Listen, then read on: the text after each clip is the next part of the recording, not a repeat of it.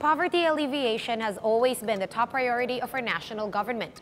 But with 26 million Filipinos considered impoverished, half of which are living under extreme conditions, the cutback of this statistic has proven to be quite the uphill battle. But through partnerships with the private sector and tireless individuals, workable solutions are produced, providing sustainable programs to fight societal woes. I'm Sean Yao, and this is Business Matters, where doing good is good business.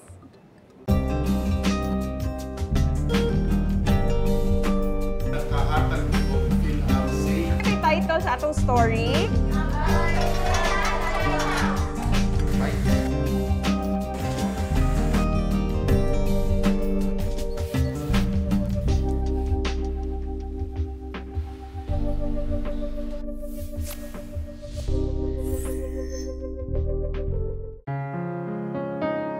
Despite the steady growth of the Philippine economy for the past 5 years, there are still over 26 million Filipinos living below the poverty line. Half of that statistic are those who live in extreme poverty.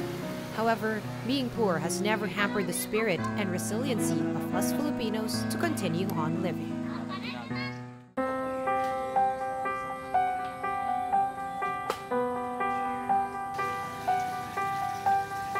Just like grade 6 student Cassandra May Riambonanza. For Cassandra or Cass, there is no better way to uplift her family from their current social standing than by hard work and valuing her education. Though coming off a life of poverty, Cassandra is lucky enough to have access to education. Her experience, though, has never been smooth sailing.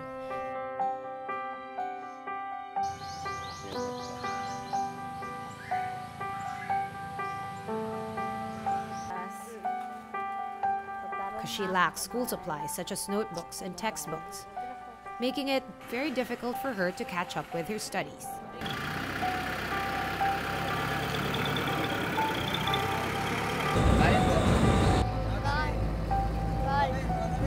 But just like anyone born of hardship, Cass had to find ways to adapt.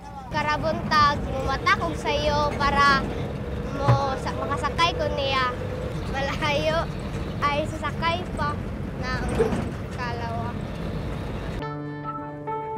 Even saving half of her 25 peso school allowance just to have the means to buy whatever she lacks in the future. Nag-iipon ako ng pera para sa mga kulang sa school supplies ko. Papel lang muna, tapos ita-transfer ko lang kung may notebook na ako. Bakit mahirap?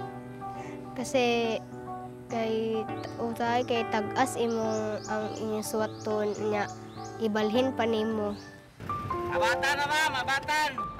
25 pesos may be mere pocket change for those who come from a life of privilege. But for Cass, the measly sum can go a long way for her and her family. This has proven to be helpful, especially during rainy days. Ang ako ay naay kuan ang akong pagtigom. Ako pang igastos po sa akong pamilya sa mga kinahanglanon sa bay. Nung nasakit si mama nung sa tiil niya sa paa, nung wala na siyang trabaho, kuan adto papalit og mga pagkaon namo.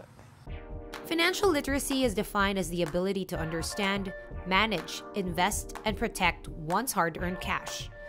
But based on a 2015 survey, only 25% of Filipinos are financially literate.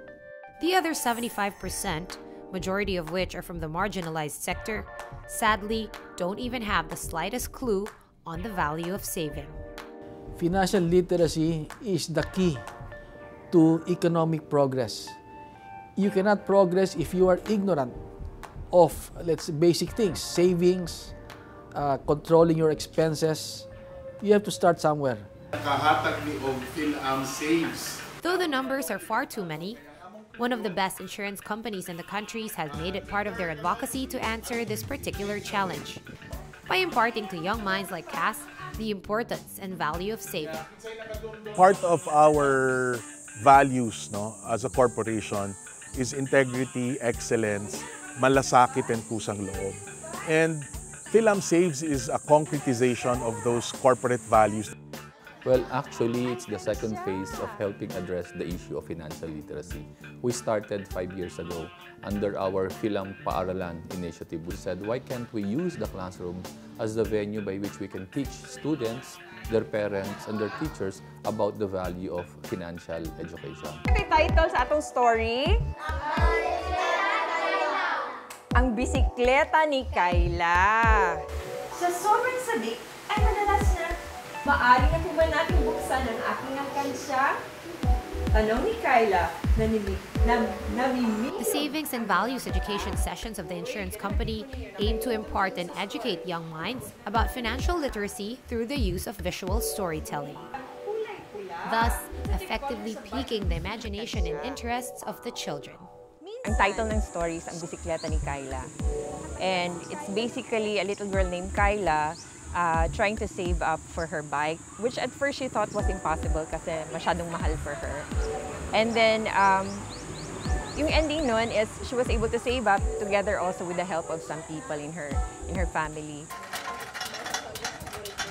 After the storytelling session, the children are then given their own coin banks and a blank sheet of paper. Para sa mga bata, para matulungan sila to start saving. Sulat natin pangalan, we write our name, grade and section. Dito, we will draw what we will be saving for. The volunteer financial advisors from the insurance company then further engage the children by asking them to draw and color what it is they desire the most.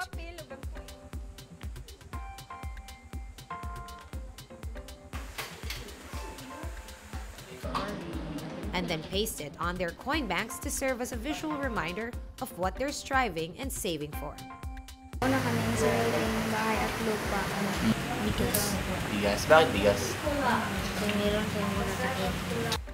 At the end of the session, we ask them, ano yung pag-iipunan mo? It gives them hope na talagang, can I save up for it? Parang in Bisaya sometimes, pwede ma'am? They'll ask you, can I really save up for a bike? Can I really save up for my own cell phone? So siguro it gives them hope na they can save up for anything. Natatouch talaga yung heart mo. We get a glimpse of their lives also.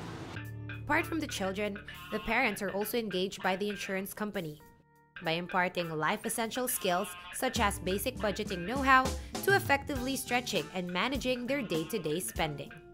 The children, they had the coin bank, which is a physical reminder of what was taught. Now, for the parents, we have a worksheet that essentially gives them a guide on how to budget and provides them what target they will have for the savings. Build that culture of savings within the family. And aside for saving for the future, the insurance company also merges the value of taking care of one's health better through effective financial management. On the occasion of our 70th anniversary, we launched a campaign called Live Better. It's really our way of trying to help people achieve total wellness. But when we talk about total wellness, this has 4 components: yung food, fitness, well-being, and finally financial.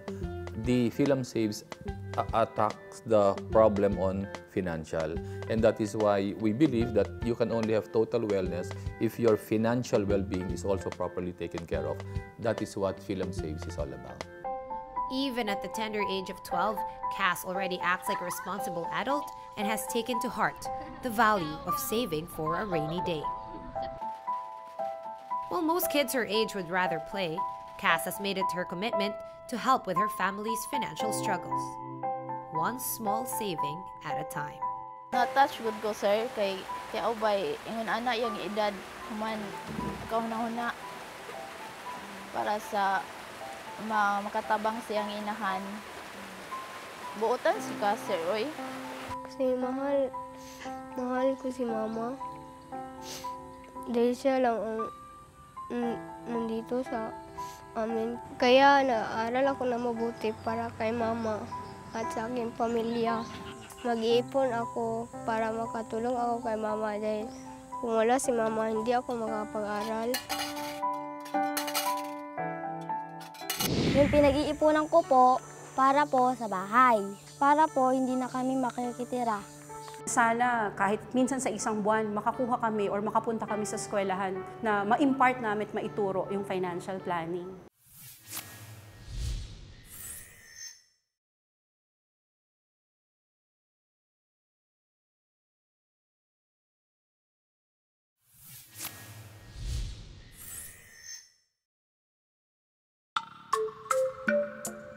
Having a place to call home is a basic human need.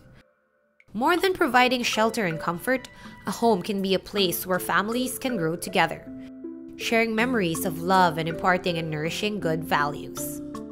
To have a place and call it their own has always been the dream of grade 6er Rachel Joy Baltazar. But due to financial difficulties, the construction of their home has been put on hold indefinitely. Even if Rachel is very young, she's already committed herself to helping her family to save enough money just to be able to resume the construction of their dream home. Nakikitira lang po kami sa lola ko. Yung pinag-iipunan ko po para po sa bahay. Para po hindi na kami makikitira. However, Rachel's family belongs to the marginalized sector, struggling daily just to make ends meet.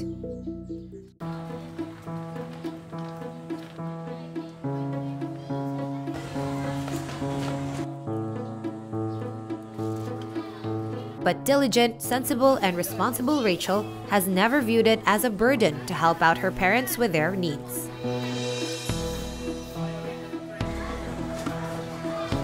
Even using the hardship as motivation to keep on saving whatever pocket change is left from her allowance of 20 pesos. Kasi po, masaya pong nakikita mo, mag-iipon ka. Hindi ka na po, mama, pengin pera, hindi ka na po gaganon. Ikaw na lang po mag-iipon sa sarili mo.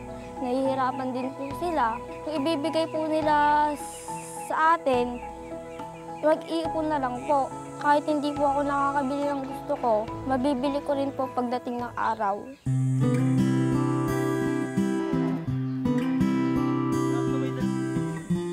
Rachel's determination to save up for their home greatly increased after learning financial literacy at their own school. From the Savings and Values Education Sessions program of one of the best insurance companies in the country. Ito po yung alkansya na pinaglalagyan ko po kapag natira na baon ko. 10-10 lang po. Yung dumating po sa yung PILAM sa school namin maganda pong paninimula sa bahay. Kaya po pumasok po ako noon para po matulungan din po itong bahay namin pinapatayo. Kapag nayari na po itong bahay namin pinapatayo,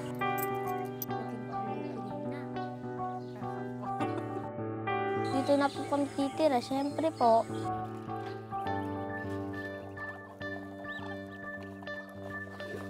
Sana tuloy-tuloy lang ang pagtatabi nila, pati ng kuya niya, para matapos na yung pangarap namin. Mapatapos ko rin sila ng pag-aaral hanggang college, makahanap rin sila ng magandang trabaho. The Savings and Values Education Sessions program is just one part of a wider corporate social responsibility umbrella of the company. The program aims to address and hopefully reduce poverty incidents in the country by instilling in families the values of financial literacy and security. Empowering families, even those at the bottom of the pyramid, to live longer, healthier, and better lives. They are in the lower rung of the economy, but nonetheless, what we're trying to impart here is no matter where you are in terms of your financial standing, if you really put to heart the values, the concepts of savings, no matter how small, you'll be able to grow that. And that's something that we would like to be able to impart. They have very limited sources of cash and support. And very often when those things happen to them, where do they go? They go to the unscrupulous moneylenders who make their life even more difficult. That's why it's so important that we prepare for the rainy days. And we hope that PhilAm Saves will help them address that issue. But to make the program successful in getting their messaging across to both parents and kids, the insurance company enabled their own employees and agents to actively participate in this form of public service, making use of their knowledge and know-how to effectively promote savings awareness. Sobrang nakaka-happy, sir.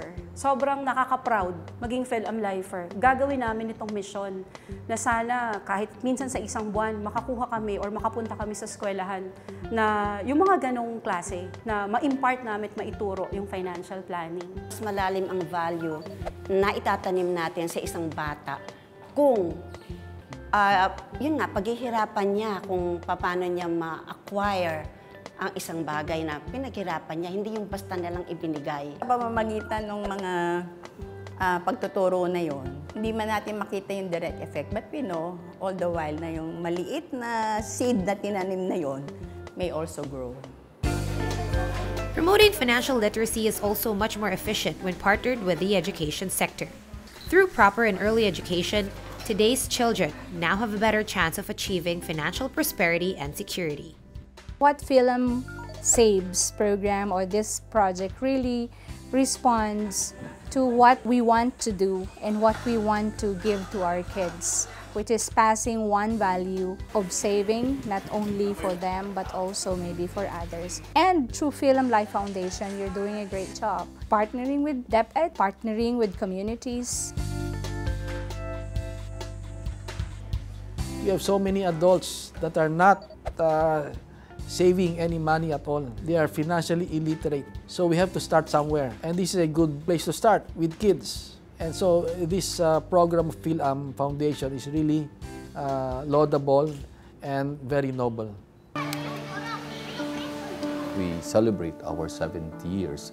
We say again that let's contribute further, especially in the arena of financial planning, where we are very much an expert of. And that is why we are challenging not just the institution, but our 2,000 employees and 8,000 agents and say, why don't we spend at least a day every year reaching out to people and teach them about the value of savings, budgeting, investing, and then protecting themselves against the uncertainties of life. We believe that by leveraging on what we know, we can further contribute to nation building. Ito po, noon po ito bato lang po ito. Ngayon po may semento na po. Pataas na po ng pataas. Ito po pinag-iipunan ko ng alkansya.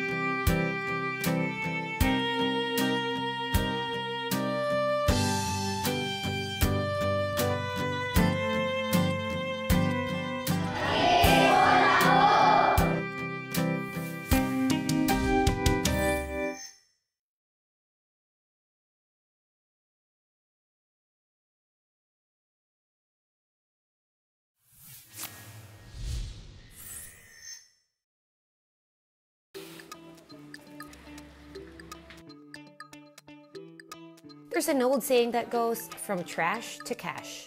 We Filipinos are very much resourceful. Whatever raw or recyclable materials we get our hands on can instantly be turned into a product of practical or stylish use.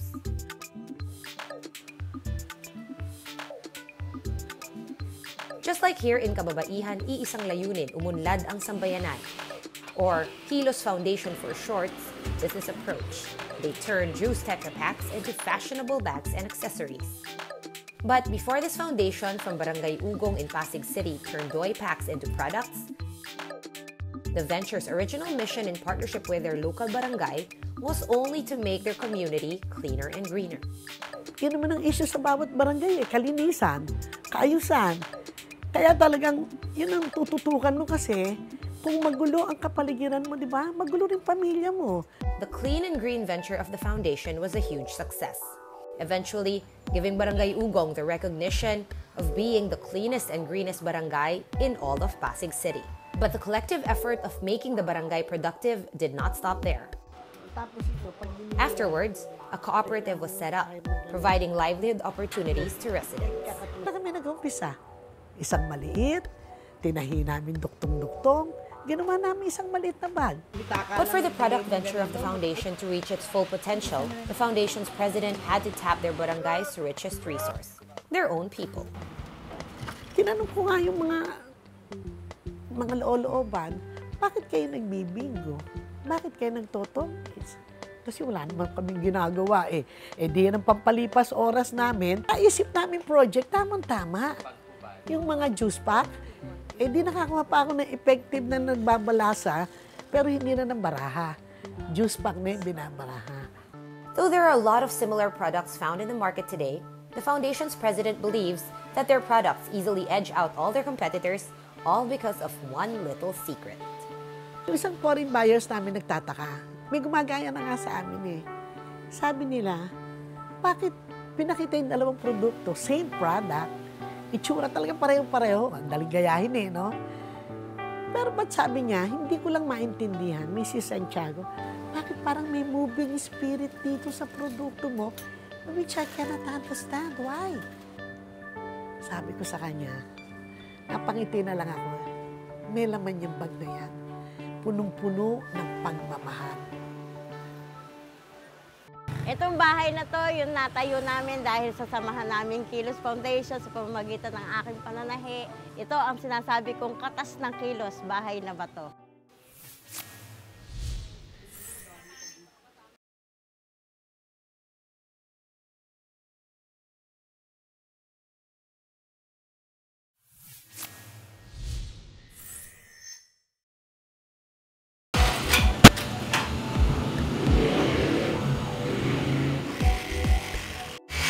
Clara Buktuan had been a lifelong resident of Barangay Ugong, Pasig City and had already been earning her keep as a seamstress. Nung bata pa ako, sa pananahi din, kumikita ako. Nakakaabot-abot yung kita, nakakabuhay. Making use of her skills in business ventures as a way of providing additional income to her family, Clara thought that there was no need for her to join the foundation's livelihood component. That was until her business came into a sudden halt. Biglang nauso yung ukay-ukay. Nung mauso yun, naglaylo yung business namin. Kaya naisipan ko na lang, kaysa nga magganon, in-invite nila akong mag-apply doon sa Kilos. Nung masubukan ko na mamanahi doon, okay din. Hindi ko na kailangan ng puhunan nga. Weekly, may sweldo ka. Labor na lang ang trabaho ko. Earning at least 2,000 pesos a week, Clara puts her income to good use, using the money to support her family's expenses. Itong bahay na to, yung natayo namin dahil sa samahan namin Kilos Foundation sa pamamagitan ng aking pananahi. Natatag itong bahay na to, hindi lang basta bahay, kundi bahay na bato hanggang 4th floor yan. Dahil sa Kilos, ito ang sinasabi kong katas ng kilos. But more than the financial gain provided by the foundation's business component, Clara feels privileged to be a part of a bigger advocacy.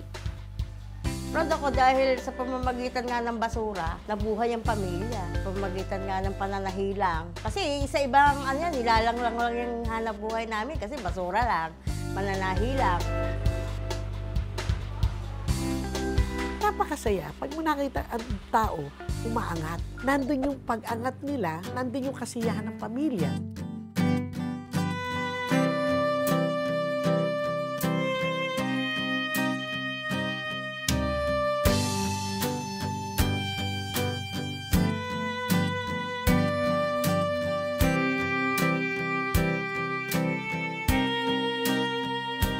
For updates, comments, or suggestions, follow us on Facebook, that's Business Matters PH, or on our website at www.businessmatters.com.ph.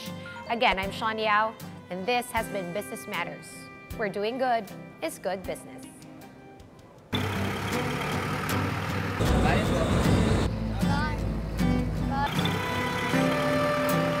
May title sa atong story. We will draw what we will be saving for. Anong pag-iipunan natin? Sulat natin pangalan, write our name, grade and section,